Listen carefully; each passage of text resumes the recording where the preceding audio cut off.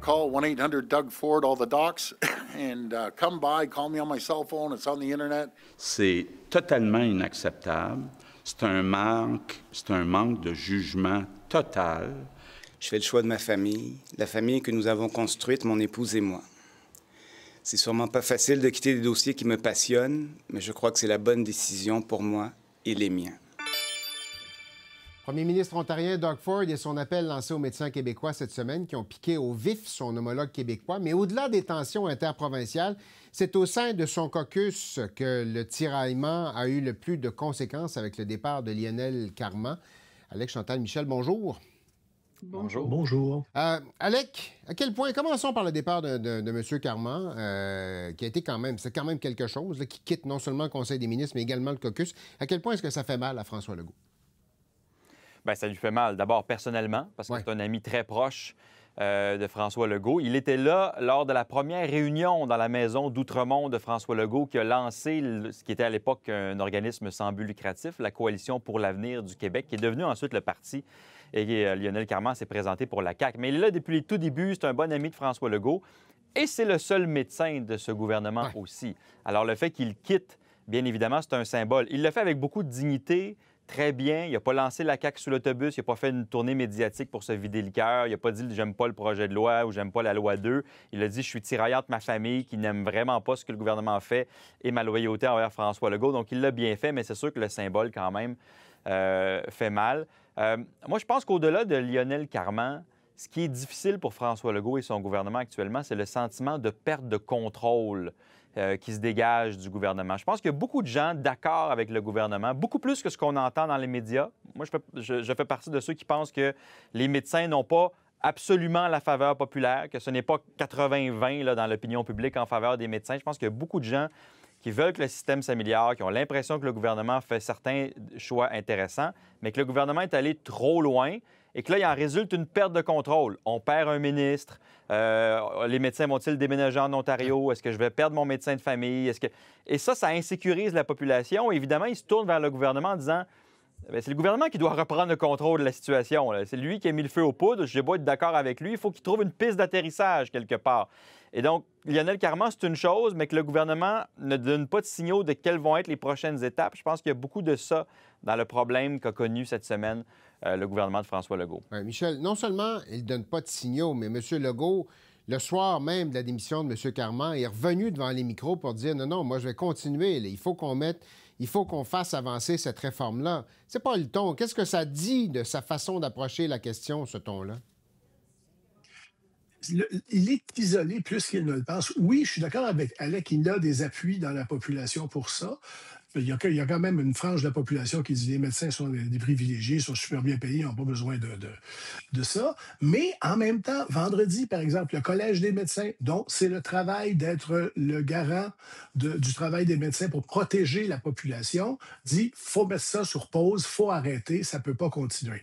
Ça, c'est des signes que M. Legault perd des appuis dans la société civile, dans les endroits où on parle, où il y a des médecins, où on parle de médecine, où ces choses-là sont discutées. Puis là, il n'y a plus d'appui pour son projet de loi dans son affaire. Tout le monde est en train de dire « arrêtez ça, ça va trop loin ». Et il faut quand même le dire, le gouvernement est en fin de mandat, il est extrêmement impopulaire. Ça, même si on peut avoir un certain appui dans l'opinion publique, ça ne le garantit pas qu'il est capable d'amener ce projet de loi-là jusqu'à la zone début. Là. Et de plus en plus, ça semble évident qu'il ne pourra pas. Chantal, je vous ai vu acquiescer.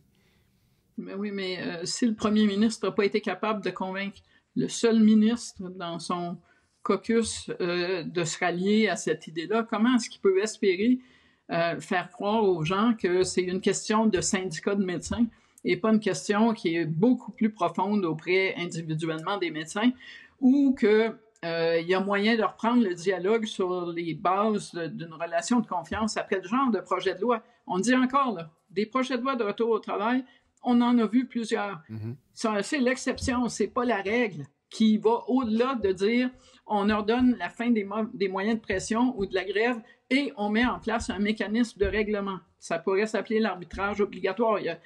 Mais c'est pas ce qui s'est passé vendredi. Alors, M. Legault, l'autre problème de sa semaine, c'est que de plus en plus, c'est lui qui est devenu le visage de ce projet, cette loi. Or, il y a pas mal plus de Québécois qui souhaitent son départ, bien franchement, 75 %, que le nombre qui disent oui, s'il vous plaît, mettez les médecins au pas. Donc, il ne peut pas gagner sur le front de la crédibilité. Même ses alliés provinciaux, Doug Ford en Ontario, Susan Holt au Nouveau-Brunswick, ont déjà décidé qu'il n'était plus dans le portrait. On n'a pas entendu, là, après que M. Legault a fait sa sortie contre Doug Ford, on n'a pas vu, et j'ai déjà vu Doug Ford contrit, vous l'avez vu aussi, il est très bon dans ce créneau-là. On n'a pas vu ça du tout, c'est pas ça qui s'est passé. À la place, M. Ford a commencé à prendre plus d'appels de médecins et il s'est retrouvé à la une de la presse. Alors, à moins d'être aveugle, sourd, M. Legault doit se rendre compte que ni lui ni son ministre de la Santé maintenant peuvent faire partie de la solution, qu'il va falloir qu'il trouve un terrain neutre où il y a moyen d'avoir cette conversation-là sans l'escalade à laquelle on assiste actuellement. Ouais, Alec, il n'y a pas le temps d'être contrit. M. Ford, il est occupé à prendre des appels de médecins québécois. Est-ce que c'est de bonne guerre? Écoutez, dans les relations fédérales-provinciales, on ne se fait pas de quartier quand il est question de la santé. Là. Je me souviens d'avoir couvert des négociations sur les transferts en santé où le front commun se fissurait assez rapidement. On se poignardait dans le dos parce qu'on avait une entente individuelle avec Ottawa, puis les autres premiers ministres ou ministres de la Santé étaient découragés. On se vole des infirmières, on se vole des médecins. Moi, je ne suis pas très surpris de ça. Il le fait très publiquement. Oui, c'est ça, très ouvertement. Très ouvertement. C'est le style Doug Ford. Il est avec le Québec comme il est avec Donald Trump, c'est-à-dire il y a un petit côté provocateur. Et là, c'est sûr que ça ne fait pas l'affaire de François Legault. Je pense qu'il y a, la semaine prochaine, une façon de faire atterrir cet avion-là. Il y aura un jugement de la Cour, là, parce que la FMSQ s'en va devant les tribunaux pour faire invalider certains volets de la loi 2. Quelqu'un va perdre, là. Alors, soit le gouvernement va se faire invalider certains articles de sa loi, soit la FMSQ va se faire dire non, tout est en règle. Celui des deux qui va perdre, à mon avis, devra faire les premiers pas pour essayer de trouver une manière de recommencer à se parler. Je ne dis pas que ça va se régler rapidement, mais la loi 2, contrairement à ce que bien des gens disent, elle n'est pas en vigueur. Le gouvernement n'a pas besoin de la suspendre. Elle entre en vigueur en janvier, progressivement. Donc, on est capable de trouver dans les prochaines semaines une façon de se parler, mais il faudra qu'il y ait quelque chose de négocié, même si ce n'est pas le mode de rémunération, même si les objectifs de performance restent. Ce que les médecins veulent, c'est donnez-nous les moyens d'être efficaces, d'atteindre les objectifs que vous nous disiez. Mettez de l'argent sur la table, donnez-nous des ressources, du personnel, pas des promesses en l'air, là, concrètement écrites noir sur blanc. Si au gouvernement, on dit oui, on est capable de vous donner ça, ils vont recommencer à se parler. Donc peut-être que la semaine prochaine, il y aura un peu de mouvement. Vous allez me dire que c'est peut-être l'optimiste en moi qui parle, mais peut-être que la semaine prochaine, il y aura un peu de mouvement. Oui, bon, j'ai vu. Vous avez dit l'optimiste, oui, Chantal. Ça me semble plutôt optimiste. Pourquoi? Parce qu'on n'est pas dans une négociation normale et parce que la colère des médecins est individuelle et elle est réelle. Et je vois pas, moi, l'idée d'ajout de millions en promesses, qu'on a entendu souvent d'ailleurs, comme susceptible de vraiment amener la paix. Selon moi, il faut absolument que quelqu'un d'autre, que les deux parties acceptent de s'en remettre à quelqu'un d'autre. Et le problème du gouvernement, c'est que les quelqu'un d'autre qui le conseillaient là-dessus lui ont déconseillé de s'engager sur la voie sur laquelle il s'est engagé et ils ont donc été écartés du dossier. Ouais. C'est pas comme si le gouvernement s'était pas fait dire c'est pas une bonne idée, c'est pas l'idée du siècle ton affaire, voici les problèmes. Tout ça, ils se le sont fait dire et jusqu'à présent, ils n'ont pas voulu entendre. Alors, je pense que normaliser le conflit actuel comme un conflit de travail habituel, c'est probablement une erreur d'évaluation. Bon, voyons voir comment ça va évoluer la semaine prochaine, ce dossier-là, parce que c'est sûr que ça va bouger encore un peu. Michel, je vais vous faire entendre des extraits de la période de questions cette semaine à Ottawa. On est en pré-budget. Là, dans 48 heures, on va savoir exactement ce qu'il y aura dans le budget de M. Champagne. Mais regardez ce que ça donne comme débat déjà à la Chambre des communes. Écoutons ça. Mais ce qu'ils veulent, on dirait, par exemple, c'est déclencher des élections à Noël. Fait que pourquoi ils font pas juste l'assumer? La seule question, c'est qui du Bloc québécois ou du Parti conservateur souhaite le plus provoquer une élection de Noël? C'est clair que le chef à la Chambre des libéraux veut provoquer une élection coûteuse avec un budget coûteux, Monsieur le Président. Bon, on est à Noël, des élections à Noël. Michel, on a vu dans le passé des élections dans le temps des fêtes, une campagne dans le temps des fêtes. On est-tu vraiment rendu là? Je ne pense pas qu'on soit encore rendu là. De toute façon, il faut une pause pendant le temps des fêtes. Maintenant, c'est ça. Alors, on ne sera pas obligé de les écouter pendant qu'on déballe les cadeaux. Là. Mais il y a un énorme jeu de je te tiens par la barbichette. Là, et le premier qui va rire va lâcher. C'est clair que là, tout le monde dit c'est toi qui veux faire une élection. Non, c'est toi. Et bon, OK. À un moment donné, le budget va être déposé et là, on verra ce qui... d'abord, si quelqu'un peut l'appuyer, c'est pas probable, mais c'est quand même possible. Et après ça, si on va avoir tous les députés en Chambre pour voter, parce que c'est ça aussi. C'est très facile, même si on vote maintenant de façon électronique, qu'il y a des députés qui s'abstiennent de voter, qu'un certain nombre ne votent pas. Donc, ça peut s'arranger comme ça. Et ça peut s'arranger aussi avec une entente de dernière minute avec ceux qui font le budget, mais ça semble pas être dans les cartons. Le problème, évidemment, c'est que là, tout le monde semble avoir dit, en tout cas, les conservateurs, le Bloc, ont dit, nous, on n'appuie pas ça, cette affaire-là, à moins qu'il y ait telles conditions, ce qui semble assez irréaliste là, quand on regarde les conditions. Le NPD, Alexandre Boulris disait un peu plus tôt, je nous vois mal appuyer ce budget-là. Ça laisse pas beaucoup de partenaires, Chantal. Là. Ça regarde pas bien pour le gouvernement. Ou ça regarde bien, ça dépend s'ils veulent une élection dans le temps des fêtes. Mais c'est parce qu'à la même date l'année dernière, j'ai écouté ça et je me disais c'est quand même drôle. Hein? À la même date l'année dernière, c'est les conservateurs qui tapaient du pied pour dire on veut une élection. Écoutez, il y a la réponse simpliste. Si l'opposition ne veut pas d'élection, un parti, n'importe lequel, juste à dire on n'aime pas beaucoup tout ce qu'il y a dans le budget, on va tenter de l'améliorer, mais les Canadiens ne veulent pas d'élection, ce qui est vrai. Et donc, on va le laisser passer, ce qui veut dire, en gros, on va s'assurer de ne pas être assez nombreux pour le défaire.